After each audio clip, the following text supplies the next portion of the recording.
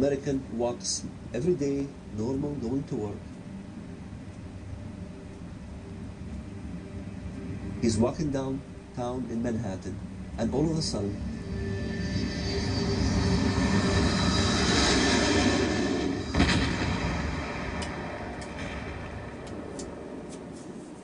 two planes hit the Twin Towers, and they have no clue why would somebody do such a thing.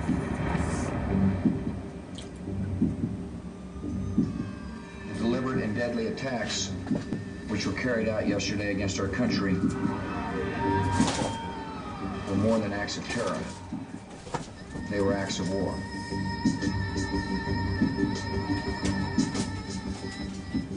Radical Islam has declared a war. Radical Islam is at war now with the West. When I saw the second airplane hit, I knew jihad has come to America.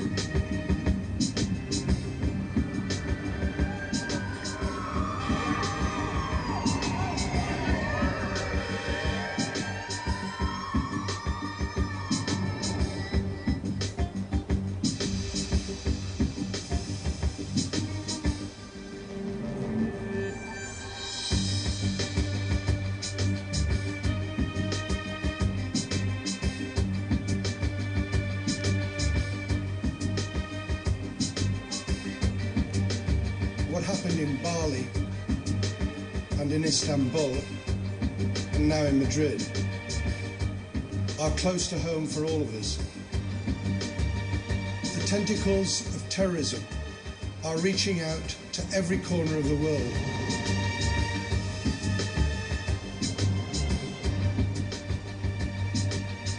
London's worst attack since the Second World War. A series of blasts rocked the capital during the busy morning rush hour. A shocking toll of dead and injured. Dozens are described as in a critical condition.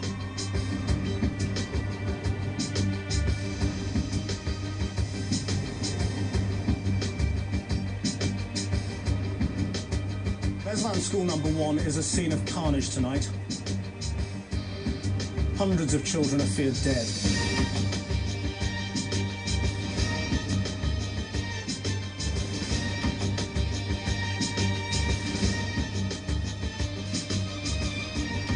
Они будут видеть наши зрители. Пусть Россия ждет наши зрители, пусть они ждут на их городах, везде будут ждать наши зрители. Мы конкретно будем работать. Every single country in the world is dealing with this on one level or another. You see that the Thais are dealing with it. You see that the Filipinos are dealing with it. The Europeans are dealing with it in Madrid. The Russians are dealing with it in Chechnya. The British are dealing with it in London and in Manchester. And, of course, you see in the Middle East, whether it's in Iraq, in Iran, in Syria, in Lebanon, in Egypt, and, of course, in Israel and Saudi Arabia. And you go to Africa, and you see that jihadis are operating everywhere from Djibouti to South Africa. All of these areas that we refer to as separate wars, the Palestinian war in Israel, the Iraq war, they see all of these not as specific wars, but as fronts in a global jihad.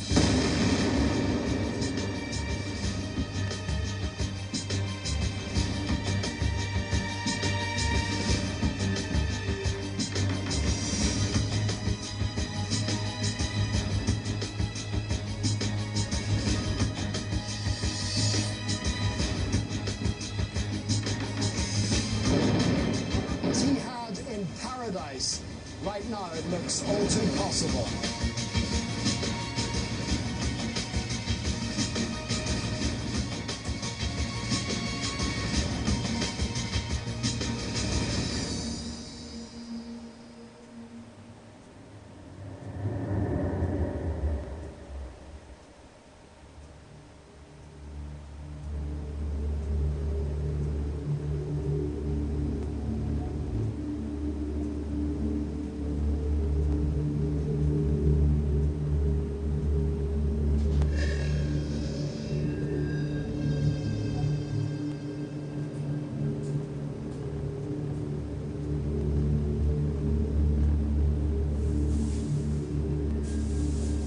نقسم بدماء وأشلاء أطفالنا وعذابات أسرانا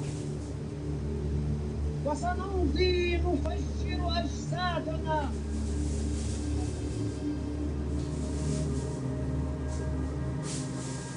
We need to understand the culture that produced terrorism. Nani Darwish is no stranger to terror. She was born in Egypt and grew up in the Gaza Strip. In the 50s, her father headed Fedayeen terror operations against Israel. Some people view the current situation with the Middle East as a clash of civilization. I think it's more than that, way more than that. I think it's an outright declaration of war from radical Islam on Western culture, on the Judeo-Christian culture, and we should know that. It's a declaration of war.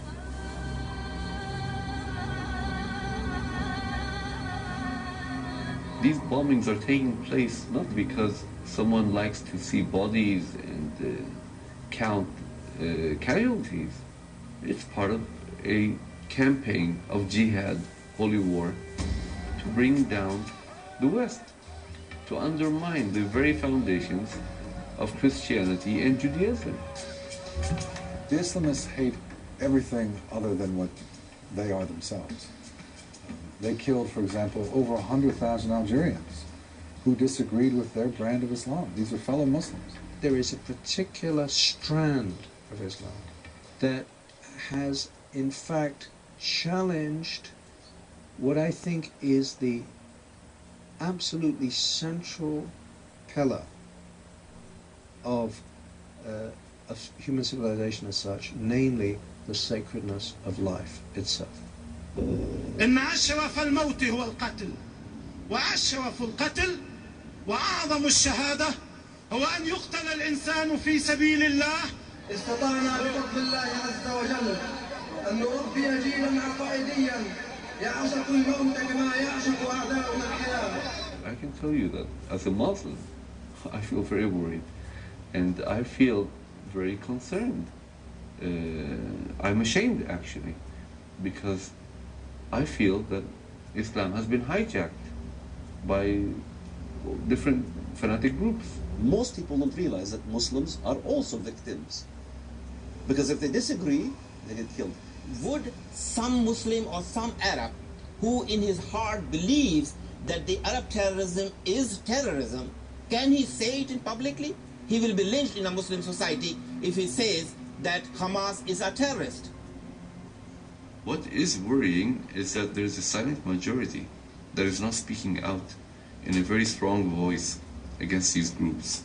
And I hope it's only out of fear and not out of sympathy with people like Osama bin Laden or Abu Musab Zarqawi.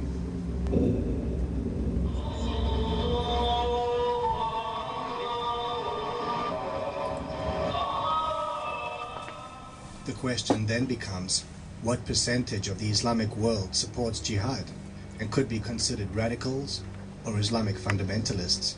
The Muslim world consists of more than 1 billion people, and it's very difficult to tell what percentage of this 1 billion supports Al-Qaeda or Zarqawi.